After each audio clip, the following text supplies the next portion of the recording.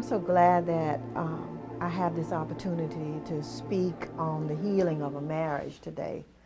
Um, I want to tell you that healing a marriage is a process that requires commitment. It's a process that requires us to be introspective, to be honest with ourselves, to look inside of ourselves and overcome those obstacles. And I feel especially blessed to have done this work at Edwards Counseling Associates now for the past 15 years, meeting families of many different backgrounds, meeting individuals and meeting people where they are, and being blessed with the opportunity to meet people of faith and to work with them, utilizing their faith as a core benefit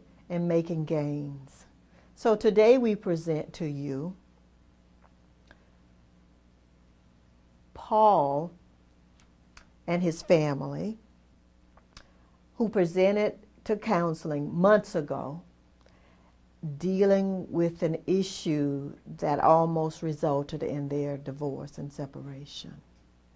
So I'm happy to share with you that not only did they overcome those obstacles, that they are looking forward to a very blessed life together. So if you will, please, today, would you talk a little bit about what your memory was of the reason that you came here?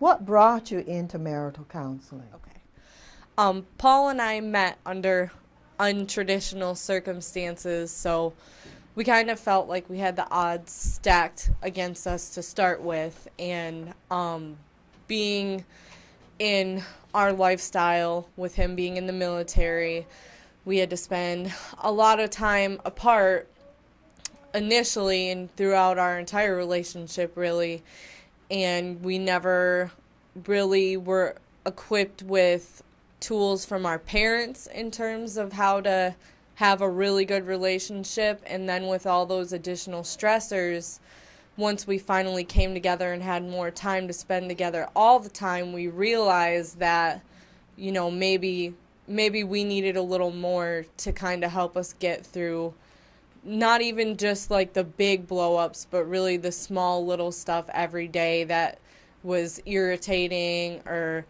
mostly outside things outside of just his and our relationship, dealing with, you know, family and friends. And we felt like we wanted to be proactive about dealing with our relationship and not waiting until it was too late or we were to the point that we didn't want to be together anymore. Well, that's, Paul, would you kind of share from your perspective what it was that let you know it's time to do some work here, time to do just what Kay has said here about doing some preventative work, doing some work. I heard you say in the very beginning that you wanted to grow old together, but you were looking at people, your family members, who didn't quite know how to do that, and how you didn't want to end up in the place that they ended up. So can you talk a bit about what motivated you to come here with your wife? Like she said, we met untraditionally, and we didn't exactly have the best examples. I couldn't think of a couple in my family that had stayed together from whenever they got married. I didn't know one couple like that, and it bothered me.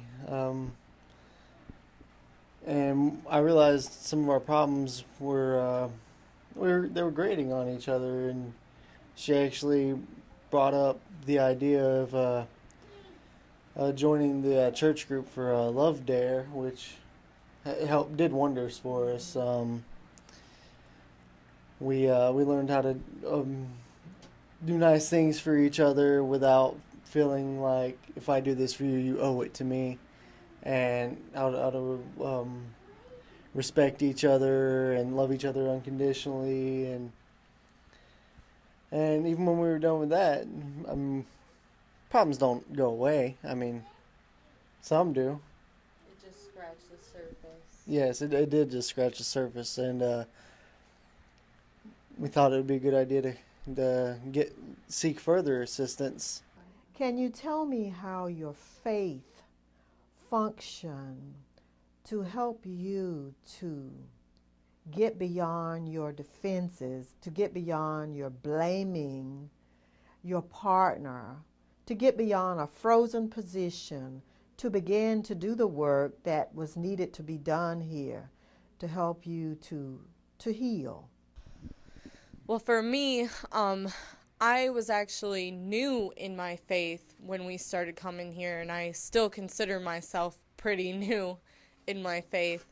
And I think that was a huge part of it, was the fact that being around all these, godly people and people who seem to have it all together, which, but being around people that were positive and in different situations than us kind of showed me that, maybe we weren't doing everything right and there was more to learn. And I remember a specific phrase that our pastor said that kind of did it all for me.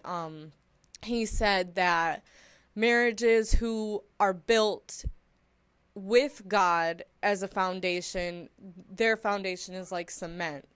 It doesn't matter, what comes, the storms, bad days, good days, it doesn't matter. It's just an unmovable foundation.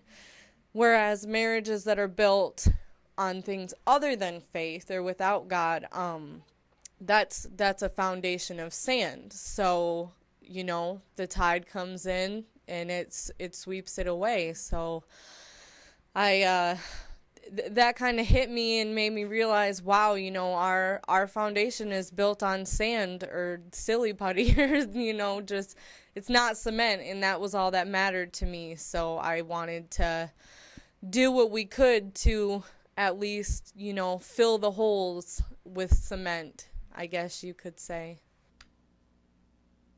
Can you please, do you remember when we talked about how people come to relationships with expectations that are so unrealistic, expecting their partner to be the be-all and end-all, how they get attracted to somebody because they're good-looking, how they may have the right finances, the right family connections, the right political connections, and how that ends in disappointment and how that becomes a power struggle. Can you talk about what your power struggle, how that came about? Mm-hmm. Well, for me, it just felt like even when we blamed each other, that still never brought us to a real solution.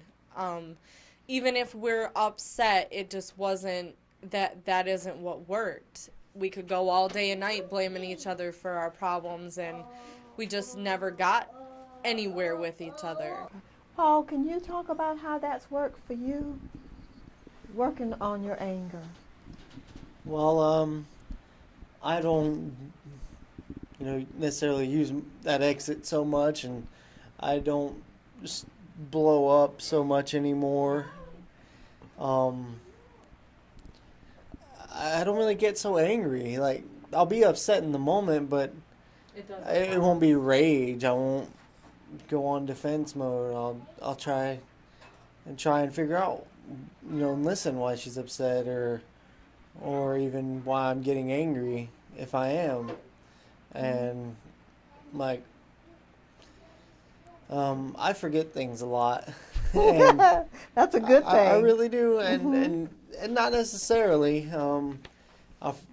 If I'm supposed to do something, if I'm asked to do something, and I forget, it really grinds her gears, and I try and take notes or something, but I would just, if I didn't take notes and try to remember things, like do something deliberately to remember, I'd get being pretty upset intentional. about it. Yeah. You have That's to- being have to go out of my way. intentional. And you're stretching. You know, that's a conscious effort to get out of your comfort zone to meet your partner's need. Tell me about how it impacted you for your partner to ask to request a behavior change on your part. Just tell me a little bit about that process. Well, I understood where she was coming from whenever she asked for some behavior changes on my part, and But did you always understand? no, if we hadn't worked up through everything that we had worked up to in that point, if she just came out initially and was like, "You need to change," I don't think it went over too well. Kay and Paul, I just want to thank you. I want to thank you for the opportunity to have shared with you on this life journey. I want to thank you for your honesty, your realness, your commitment. I want to thank you for teaching me. I want to thank you for your willingness to get beyond barriers that you learned as children, even when you didn't realize you were learning. And I want to thank you for your willingness to take what we've done in here in these months, to take it out into your home, into the future, and to build a life that you said you want to have, to support your child, to develop a strong platform for your child to be launched from. Thank you for allowing me to just peek over your shoulder.